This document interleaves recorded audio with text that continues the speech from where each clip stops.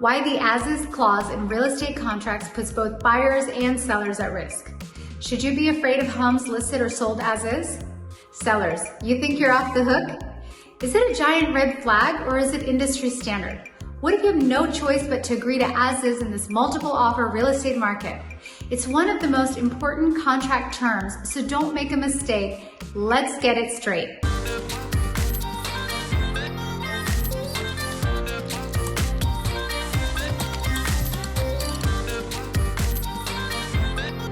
Welcome to Keeping It Real Estate. I'm your host, Milana, and I'm here to share my 20 years of experience and expertise with you. First of all, in real estate, what does sold as is even mean? Does it mean that the seller doesn't need to provide you with disclosures? No. Does it mean if the seller knows about any issues, they don't need to disclose? No. Does it require sellers to do inspections? No. Does it mean sellers won't pay for repairs? Yes. Does it mean buyers should do their own diligence? Yes. Does it mean buyers should do their own inspections? Yes. Does it relieve seller of all future liability?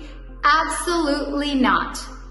In a typical transaction, if the buyer discovers something wrong with the home, they could ask for repairs, credits, or create contingencies to address the issues.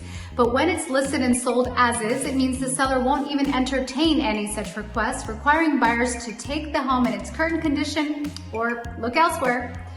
In other words, as is, it means that the seller isn't going to be doing any repairs to the property prior to close of escrow. It means that there are no warranties or representations from the seller that everything will continue to be in working condition after close of escrow. It means that if buyers buy an as-is home and find major problems later, that the buyers are responsible for the repairs. Sounds scary, right? Well, it doesn't have to be.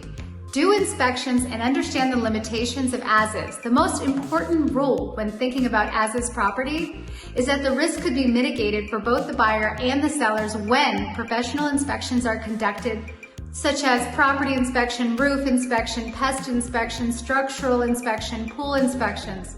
Sellers who don't want to do inspections, think about the small investment of the cost of inspections compared to contracts falling out of escrow, lawsuits, and negotiations subtracting from price.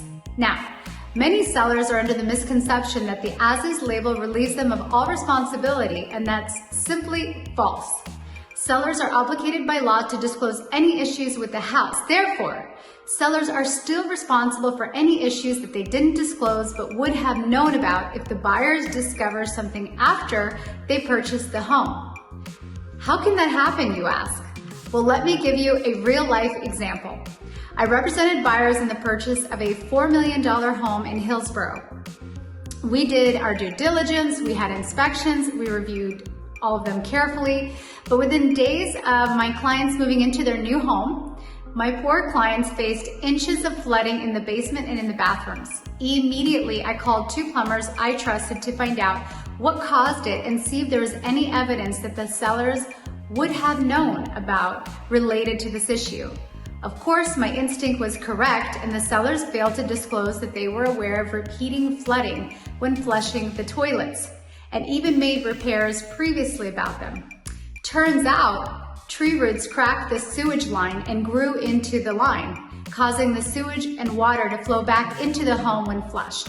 This was a major problem and required the digging up of sewage pipes, cutting the tree roots, replacing the sewage pipes, and replacing the landscape they would destroyed that would need to be rebuilt. That's a hefty bill. We got quotes and I was able to negotiate the full sum of the repair required prior to heading into court because the sellers knew that they failed their duty to disclose. Shit happens, literally. This is not a good ending for both the buyers and the sellers. Don't let this be you. Do your diligence, protect yourself from liability, and work with agents who are in the know. I hope this was helpful. If you love these real estate tips, please visit my YouTube channel and subscribe. And don't forget to like, share, comment, and tag below. I'll see you next week.